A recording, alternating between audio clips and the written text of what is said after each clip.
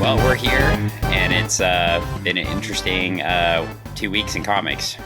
Yeah, it has. It's kind of like when Thomas Jefferson and John Adams died on the same day. We have two creators that died in the same week, and they're probably the most influential artists in comics in the 70s and 80s. Yeah. And later too, but yeah. Well, their influences definitely were the spark of many creators to come, and many more. Yeah, and I would say the first one did start their career in the late 60s, but probably best known for their work in the 70s and 80s. And the second one's best known for their work in the late 70s and 80s and 90s and drawing lots and lots and lots and lots of characters on everything. Yeah. And Wonder Woman, of course, which we reviewed a few episodes ago. Yeah. So I guess we should get into it. So both Neil Adams and George Perez passed away. And it's a pretty sad day in the sense of we had two people that were very influential in comics, but not just for their art, for what they did in the comics industry. And that's why we want to spend a little bit of time talking about them. Mm-hmm. Man, like we started this and I was, you were like, we're going to get sad. And I'm like, oh no, we're going to be fine. Now I'm all like super emotional over here. Yeah. Well, let's start out with, really important stuff. And I think the main thing I want to address this, and I was actually talking to a mutual friend of ours, and we have talked his ear out about this already. So I've had some time to think about it. Mm-hmm. But I know, Neil Adams, I've heard people say things like about Neil Adams, like, well, there was Neil Adams and then there was a little bit of crazy. And I can see how some people might say that about Neil Adams because of his advocacy and how hard he fought for certain things. Mm-hmm. But I never looked at it as crazy, right? Like I looked at it as him establishing himself and making sure that he was paid for his work. And I don't have an issue with that. But Perez took it very differently, right? He got paid a lot for his work and then gave a lot for free back to people. But both were very influential in helping creators and establishing creators' rights. One of the most important things Neil Adams did is he helped found the Comics Creators Guild, which several comic books and writers joined in 1978. And it was one of the first attempts to, I don't want to call it a union, but sort of establish a pseudo union of artists and writers. Mm-hmm. And this type of effort, leads to things like Image Comics, right? Where, artists just take off and say, well, we can pay ourselves, right? More than DC and Marvel can pay us, and we're popular and they're not paying us. So we're going to go make our own company, right? Neil Adams was the precursor for this. And he also did Continuity Comics, I think. So he really would give advice. And I saw some creators tweeting out, Jimmy Palmiotti specifically said he tweeted out that Neil Adams would constantly go up to him and Amanda Conner at conventions and tell them they weren't charging enough for autographs. And, just tell them they're worth more. And I think that's one of the, people didn't like that about Neil sometimes, but I think that it's good to have somebody in an industry or somebody that's a colleague or friend of yours remind you that you are worth something, right? And that you should be paid for your work. Mm-hmm. And I think those are important things. And so I find, those kind of influences that he had, making sure that creators were paid for their work and ensuring that. And he did it himself. I mean, I would see it at conventions on occasion, and he'd have his huge setup there with no one in line. And usually there's big lines, but there was a couple times when you'd walk by and no one was in line, right? And you could just go talk to him.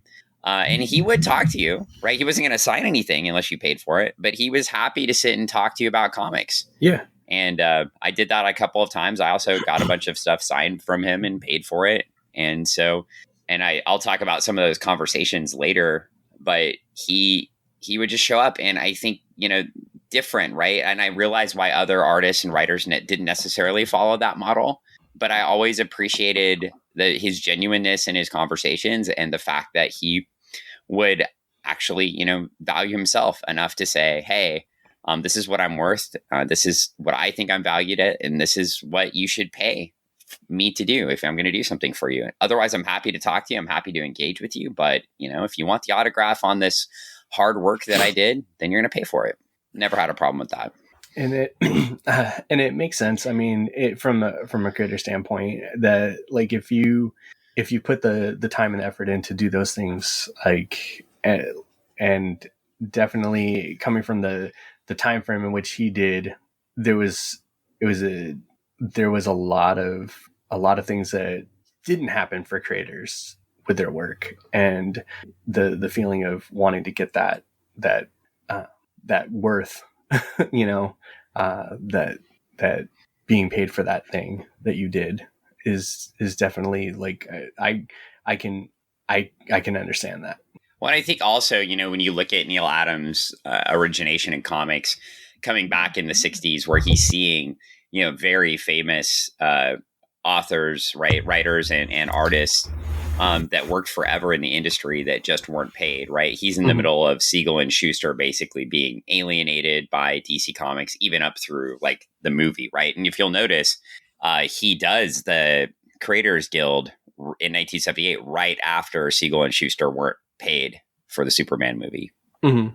And so, he's looking around and seeing those things. So he'd had a few years in, and, I always forget that the Dead Man stuff, and I mean, first off, Green Lantern, Green Arrow work, which we'll get into a little bit of that because that's my favorite stuff. But that came out, that was in 1970. So it was a long time ago.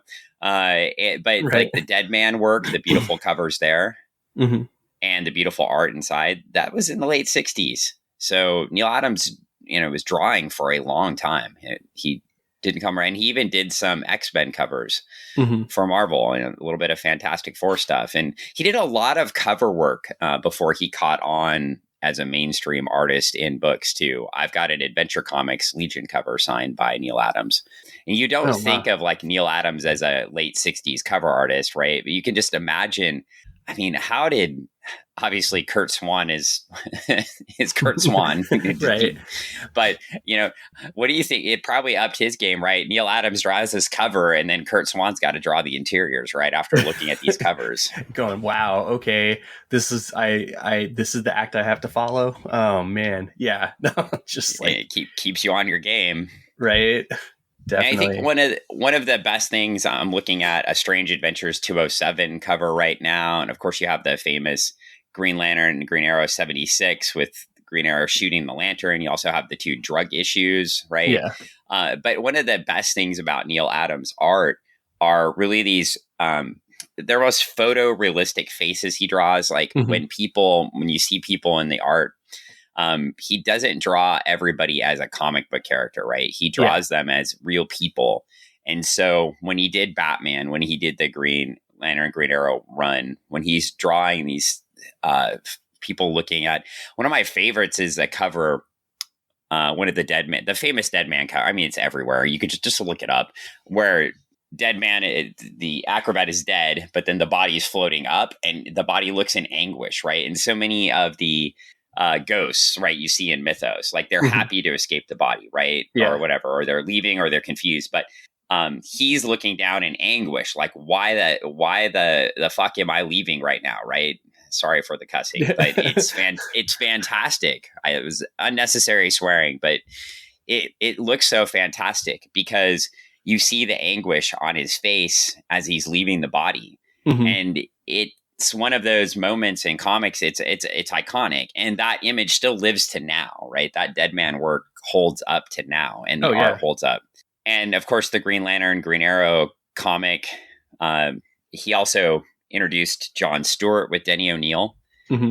So influential as introducing one of the mainstream African-American superheroes for DC and pushing that in 1970, 1971. So it just, when you look at the kind of the body of work, I want to talk about some of the conversations I had with him later, but what are some of your Neil Adams moments? Well, I mean, I think some of them are definitely shared with you. So at conventions, so we'll definitely we'll hit on those. But just in stuff that I've kept a hold of, that are just like I'm going through like comics and stuff like that I have, and you know, the Green Arrow, Green Lantern books, like they're just they're ones that I grew up with as a kid, and they've never left that. They've left a mark on me as purely enjoyable, and especially for those reasons that you stated. I mean, just the way that the characters look, and the way that the way it makes you feel looking at them, and his cover work. Just, I mean, I just, it's one of those things where you look at some of these things and you're just like, wow, like this just looks so great. I think sometimes with Neil, it wasn't just the character, the superhero characters, like I was saying, but it's the backgrounds, Mm-hmm. right? The detail he puts into, and Perez too, obviously, and we'll get into that. But the detail of the backgrounds, like how much time he takes to make sure that you can see what's going on with the people in the back of the story and not just the front of the story. Mm-hmm. And I mean, like that's one of those things too, is like some of the other books that I've always carried around too, that he worked on, like Weird Western Tales and House of Mystery and stuff like that. Those are ones that, like, obviously for somebody that likes the spooky stuff and the weird things, and seeing stuff that has that look to it, it made me seek out, who is this person that who drew this. And you know, it's always like that with when I find something that I enjoyed when I was a kid. I would sit there and paw through the boxes and look for that kind of stuff. And, or, who is this person that I found this story that they did, and that I have this one book of. Where can I find more of it? It's not like we had the internet back in back in the 80s, right? So a lot of time hanging out in a comic book store on my knees digging around. Well, and I think one of the amazing things about Neil too is, he held to his morals and quit, right? He left his last work he did work in the 21st century. He did more, but he did the Superman versus Muhammad Ali oversize. And I think that was 78. And I know he didn't do much work for Marvel after around 1980. And he left those companies, and he did continuity, and he did his own work, and he refused to be underpaid for his work and fought for creator rights, which we mentioned before. But I always thought, to come at the top of your, money like the top, when you're at the top, right? And to make a stand like that, and to know you're going to lose money doing that. That is something I wouldn't be willing to do. Yeah, but I mean, if it's in your heart to make that shift because you see something as being, your compass is set to that setting, and that's what you want to do, you're going to do it, whatever it is, And I feel like he was a person that stuck to that setting, and he saw that there was something that things needed to be said, and things needed to be done. And he wanted to do those things for creators' rights. Yeah. And, in addition to the creators' rights, he also was an outspoken advocate for remembering the Holocaust and promoting that in Poland and in the United States, and did a collaboration with Disney called They Spoke Out, American Voices Against the Holocaust. And so, there's other work in addition to the creator rights that he supported too. And of course, he had the first, while Spider-Man did the first drug issues that didn't have the Comics Code Authority on them. You had the two Green Lantern, Green Arrow issues, 85 and 86, I believe, that had the addressed the heroin epidemic in the 70s, and actually had the Comics Code stamped on it. And of course, you find out that Speedy is, doing speed. Yeah.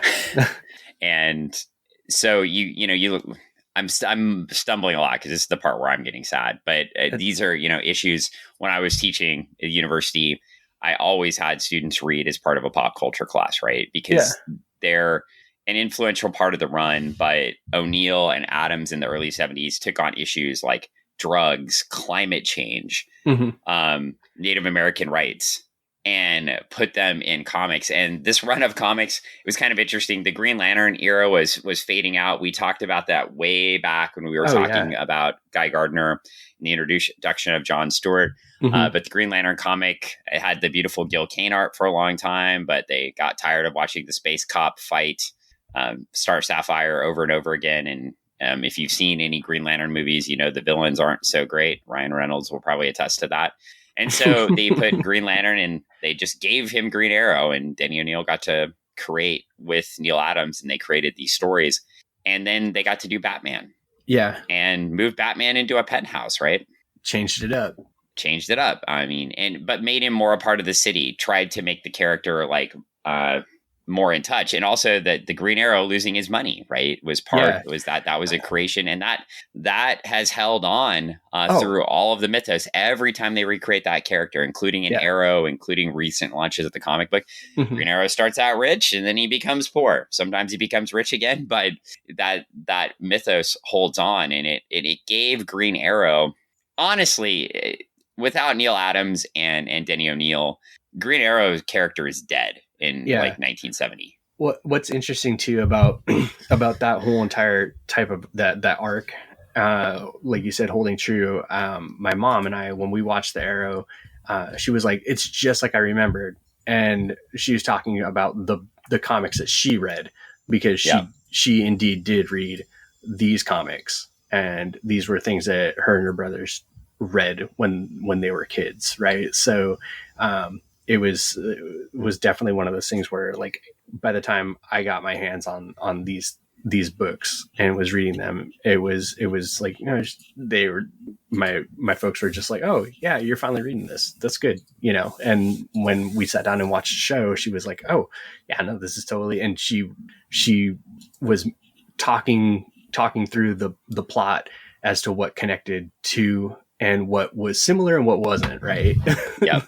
Well, they did on Arrow. They did the island was different. You know, when they did the origin in that DC Superstars book that we read, where it introduced the Huntress, right? Yeah. The island wasn't this big mythos thing. It was just a place he was stranded on, right, when the ship was attacked by pirates. But that was all part of the Arrow mythos too. Now the mythos of the island and it being basically like lost.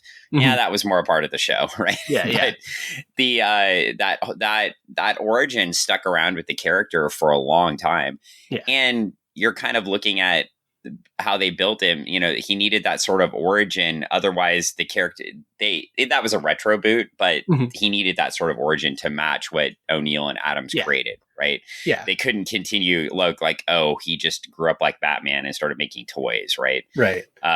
They needed a way for him to, once he lost his money, to be able to empathize with people.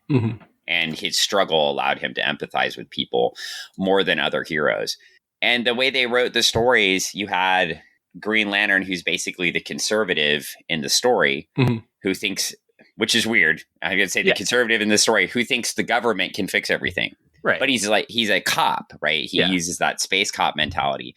Right. There's two issues in particular where they're working on Native American rights, and loggers are trying to take Native American land. And Green Arrow wants to go in and fight the loggers and blow up their stuff and get rid of them. And Green Lantern says he's going to talk to the congressman and get it taken care of. And Green Arrow's like, how long is that going to take? And they actually get in a fist fight in a river and get swept down the river and knock themselves out, arguing over which solution is better. And how often do you see, you know, besides Batman punching, you know, Guy Gardner because it's funny. Yeah. How often do you see, you know, characters genuinely, like the heroes, break down into a fight, taking two equally moral positions? Right. But I think that humanizes them, you know, even more so, because it brings it to a they're polar opposites, but yet they have these two value sets that they both want to defend and talk about, and it turned into a disagreement. A very bad disagreement. Right. Well, and I think the other thing about that at the time, right, Marvel was the company that was edged into that, right? Marvel was the one that was supposed to be the groundbreaking character development. And here you had O'Neil and Adams over here writing the better stories. Yeah. And they weren't bestsellers at the time, but they are now, right? These books are continually bought now. So, in fact, the book was canceled and it was brought back, and they sort of put Green Arrow in space with Green Lantern, which was kind of weird. Though you did have some cool Mike Grell art on some of that, so I can forgive that. But it was interesting that that happened, and so it's fantastic. Yeah, to go back to the Batman in the penthouse, I like when you bring that up, like that that's also like it throws me right back into just the feels of like grabbing up some of those old comics that I was getting from my uncles and stuff like that when I was younger, and being, because they were so apart from everything that I had watched on TV, you know, and because I'm talking Batman 66, and that's like, oh, get home from school, watch Batman, and then you see this different Batman, and and it's a totally different, he's got all this other stuff going on, and with you're getting a lot more Batman backstory in these comics as well, because of these new and interesting characters. He's not just fighting his rogues gallery that we know and love from the TV show and from previous comics. You've got all these new entities. Right. Well, and I think it was interesting too when they did the Green Lantern, Green Arrow book. They took villains that were traditional villains, but then they made them different, right? Mm-hmm. Like the Black Hand becomes a plastics industrialist, which was an interesting way to do it. But hey, they tried to like address issues head on. And, with the Batman work too, it wasn't as blatant as that, I would say, but they still really attempted to make that happen, and like, again, bring Batman in line with people, right? Like bringing him back into Gotham as opposed to being like a rich guy on a hill. Yeah, he's now part of the city that he's trying to protect.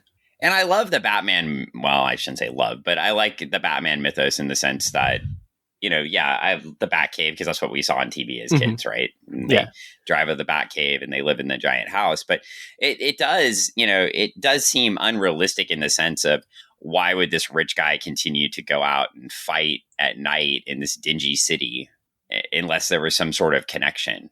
Yeah. Because you could easily see Batman over time drifting away from the city, buffered in his giant house. And I think naturally that probably in real life, right? If obviously Batman was a real life character, which Batman is not, but if Batman was a real life character, that would probably happen, right? I could completely see that kind of disconnection happening. Until the sprawl of Gotham reaches his doorstep. Yeah. So those are the kind of things that they were able to do in comics. And then obviously, I know somebody mentioned the Crazy, right? He was on Art Bell a few times. And what's wrong with that? You again, and I both like the Art Bell. I love Art Bell, so there's nothing wrong with Art Bell. And I loved Art Bell. Yeah. So I'm a little crazy too. So same here. If expanding Earth's theory is really crazy, but I also think, he put these into his comic stories. So sometimes I'm like, I wonder how much of that was just to get publicity. Well, so he could, get more people to buy Batman Odyssey. I mean, but you got to think about it retrospectively, like making stories like that have that kind of packed in punch that makes you think a little bit, like, wow, what's the reality in that?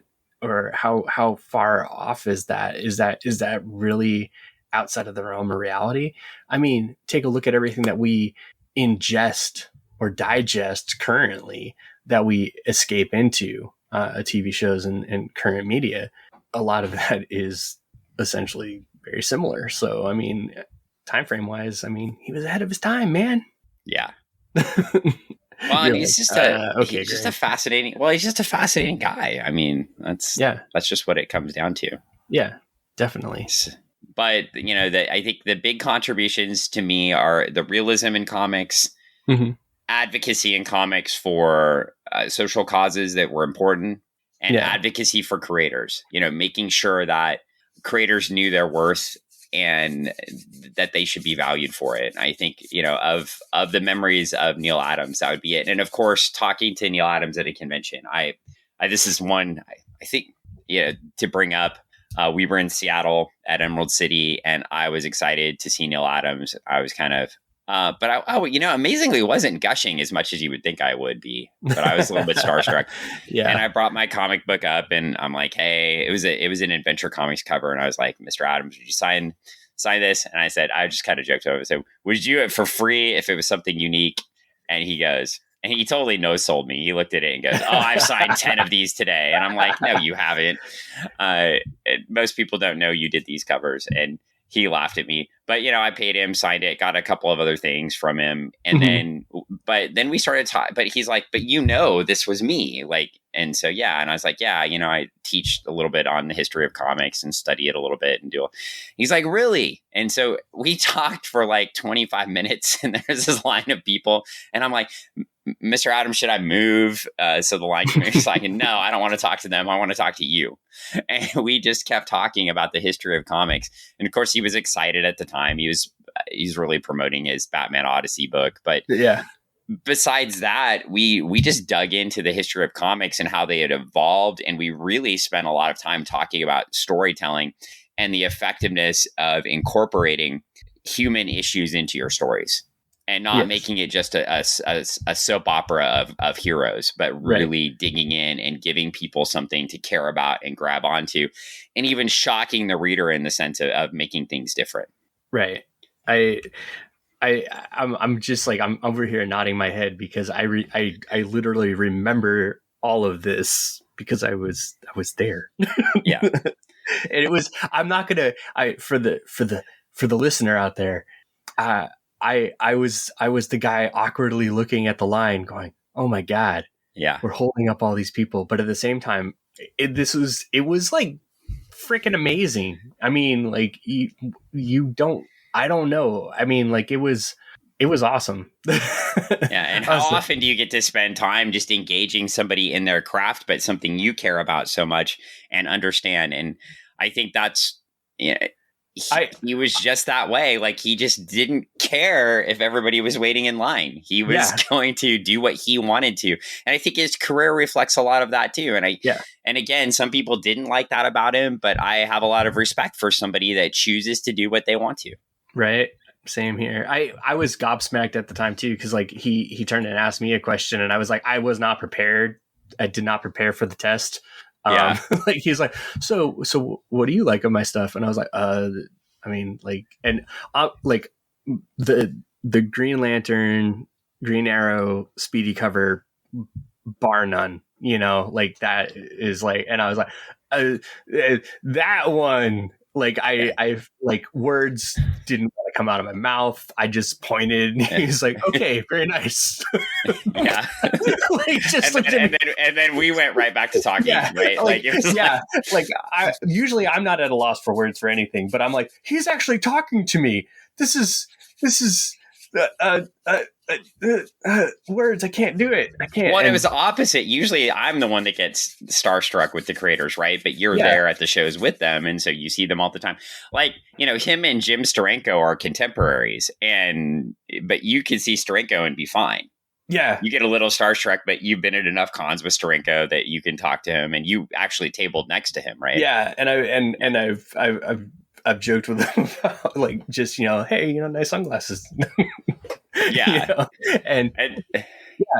But Neil Adams was a whole different thing for me, because I think it was the regard I had and everything else. And it was like, you meet somebody that damn it, Dan, I'm getting all mushy over here. Like you sit there and you think back to all the things that you looked at as a kid and you keep in your little memory box, right?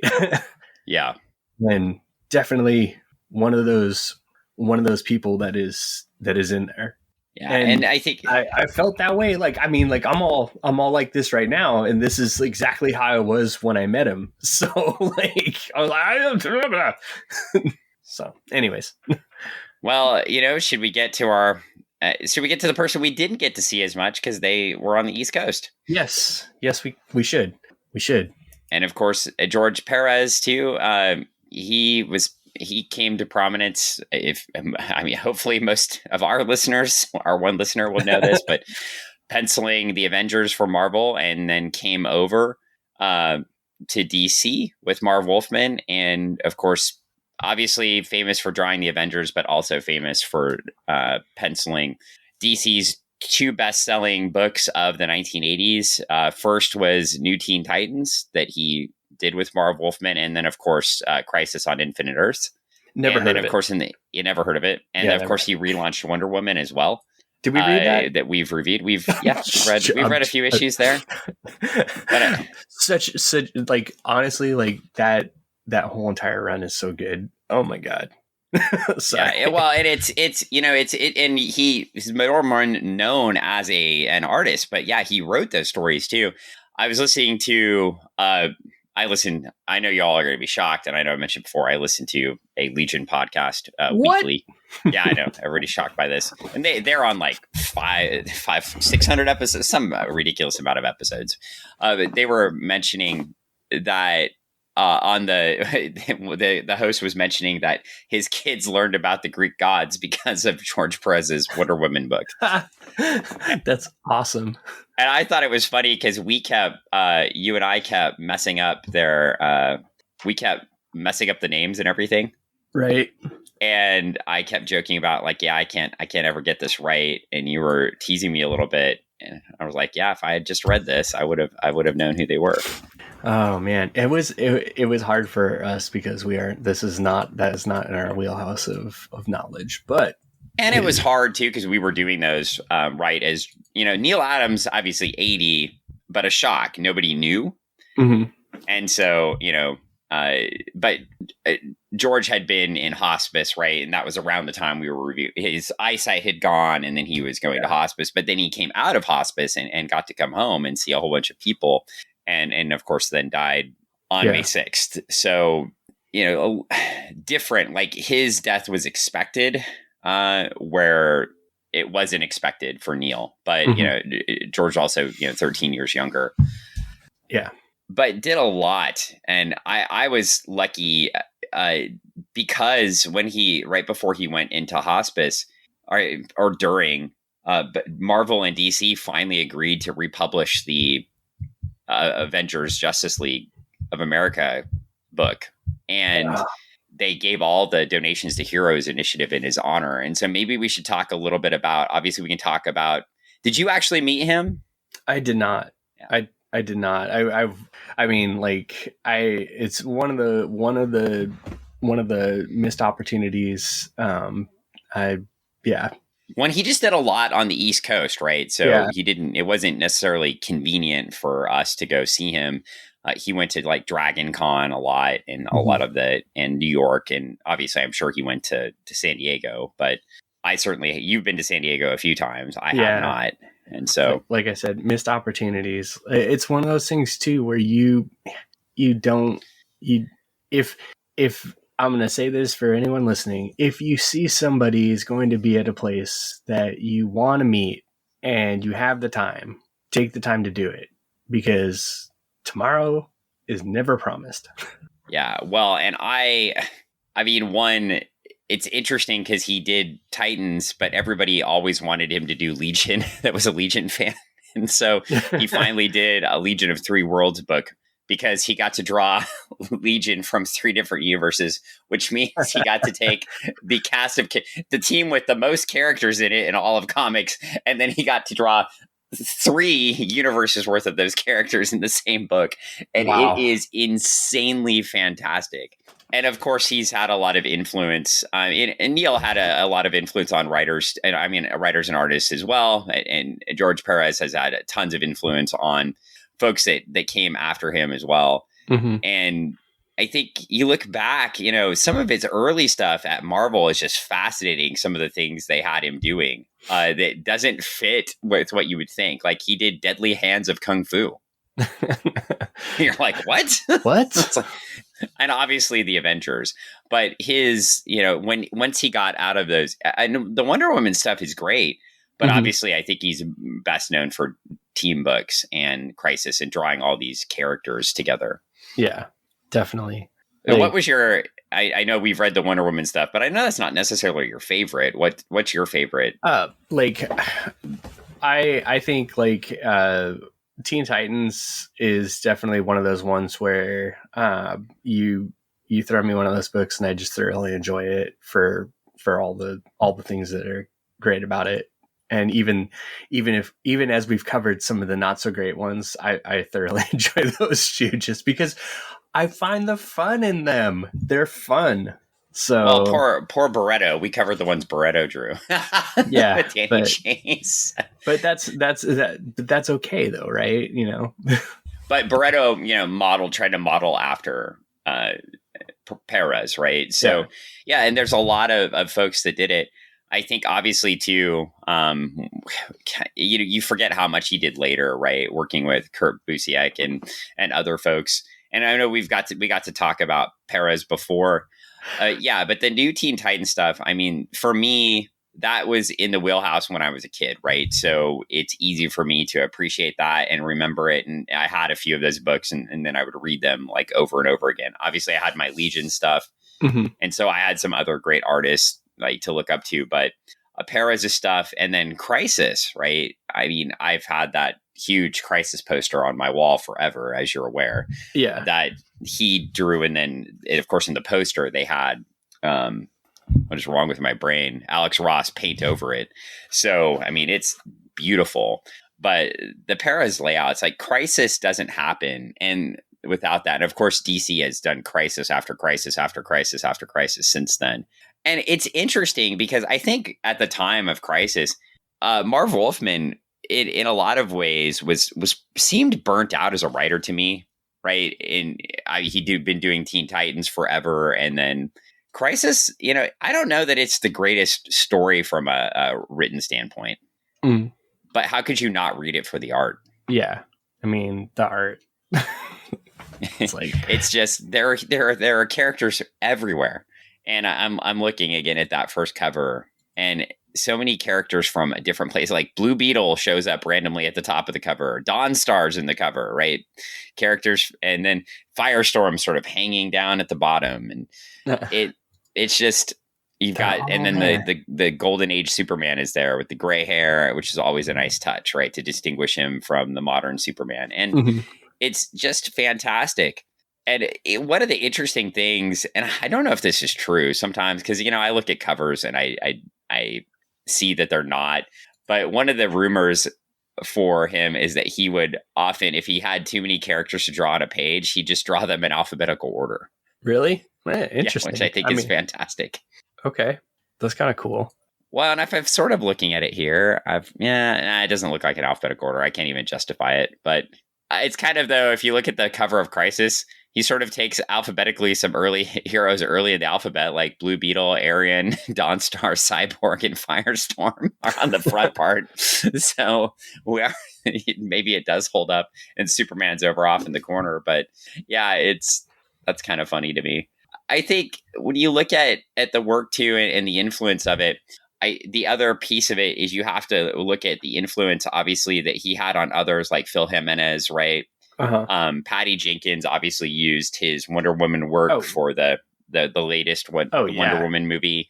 Yeah.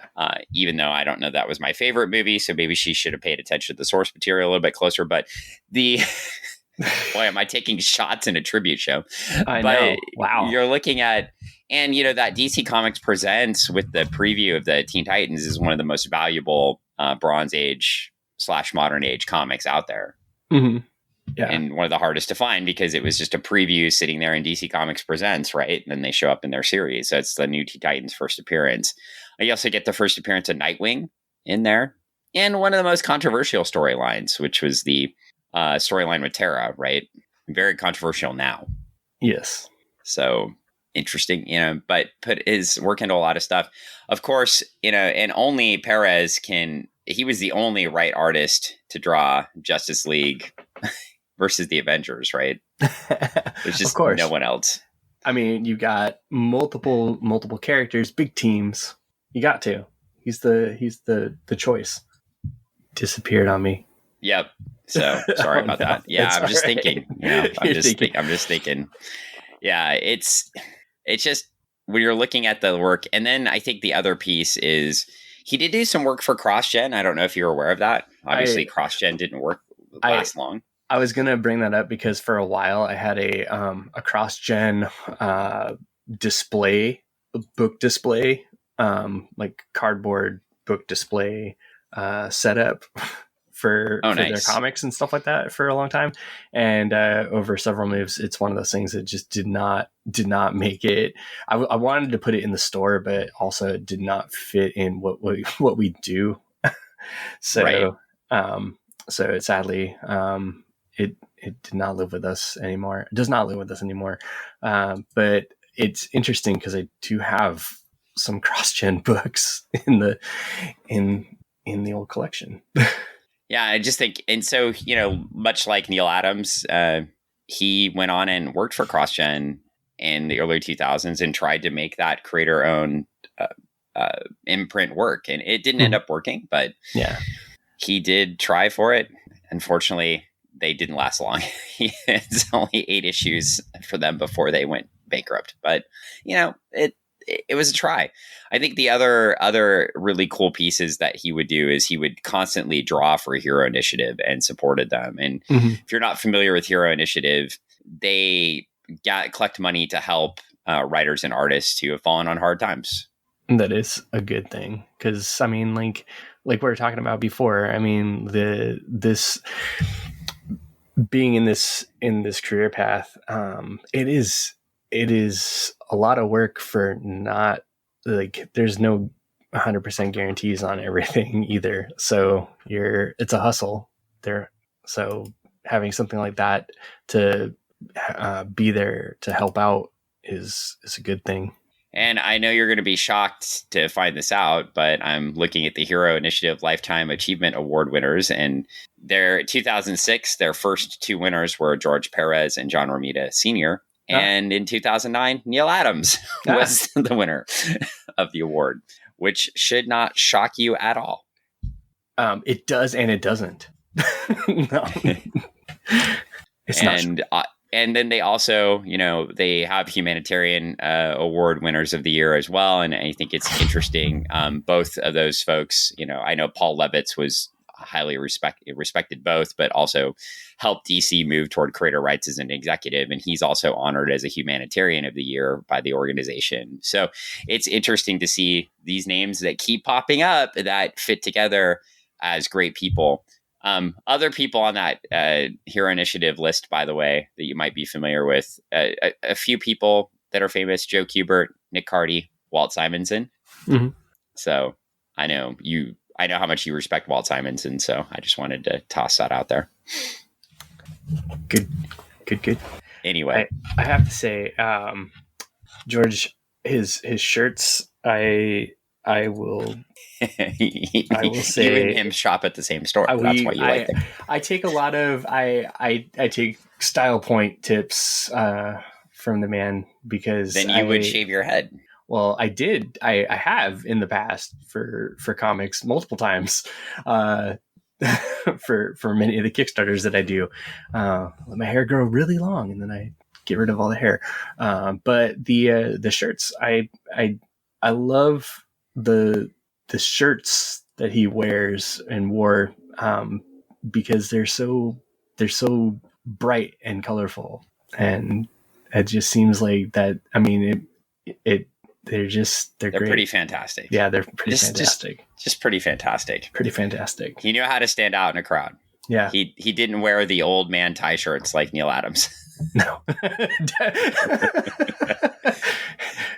Oh man, yeah, for sure. Very different in their approach. Very different in their approach, and I think like I model my attire more like George. Yeah, I would agree with that. Well, I mean, I'm sure that's your justification for today for the way you dress is that Perez dresses that way. But I will say, like, when I started doing tables and stuff like that, I looked at people that I thought really made an interesting. They were having fun, and he was definitely one that never always looked like he was having fun. Yeah.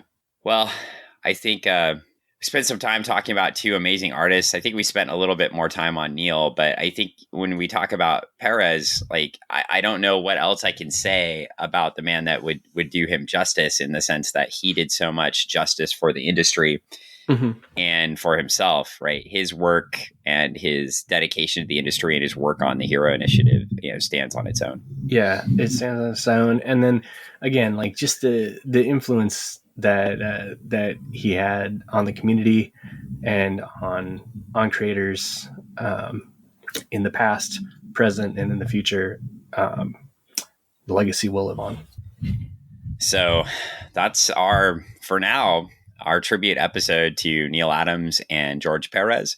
And yeah, I guess we're at that point of our lives where we're going to lose some people that influenced our childhood. But in this case, I don't think this is just a tribute to people that influenced our childhood. This is a tribute to artists that really changed the industry. And that's why both of them dying at the same time is fascinating to me. It's like one of those fine points in history. Like I said, like, almost polar opposites, right? But in their approach to the world, but the way they approach the world, is for the right cause. Yeah. And even though they're different, they could both fight for those causes. And I think that's when something really stands out, when you look at somebody's career and you can say this person stood for the right thing. And I think even though I think Neil was, I think it's fair to say Neil was probably less liked than George Perez by the entire community, right? It was the tie. It had to be the tie, but the community recognized them both for their work, right? Like, even though one had a more outgoing personality maybe than the other. So I always thought Neil's personality was outgoing, but that means he connects with me. So that's, I don't know, that's a sign that you have a great personality. Well, I mean, that actually, when you put it that way, though, it means that Neil had he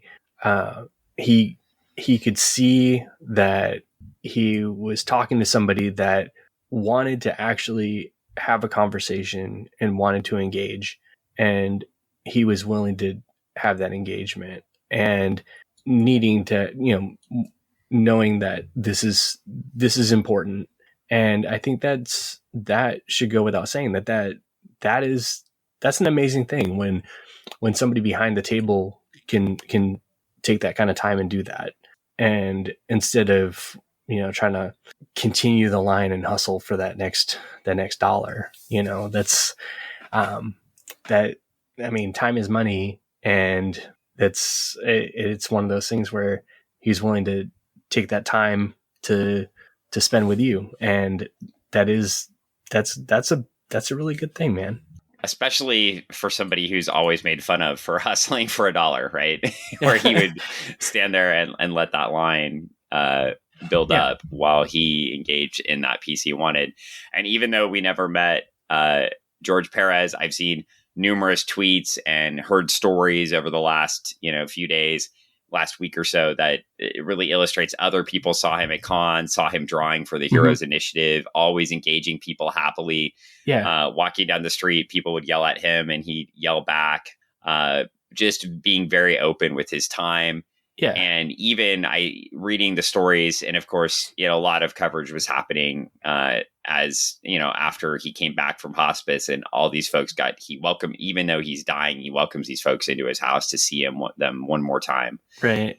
And just gracious with his time. And that's where you choke up when you're talking about it, because you see somebody in the world like that. And I think it's funny, right? Like, it's of course, if you've met the two of us, there's no doubt that I would connect with Neil Adams and have a conversation, and you would be wearing Perez's shirts, right? If you've met us both. But it takes a little bit of all of us, right, to get along in the world. And I think, you're working with different types of people, and I think that's pretty fantastic. Definitely. And I think, like, we're just lucky to have people like them creating in the industry.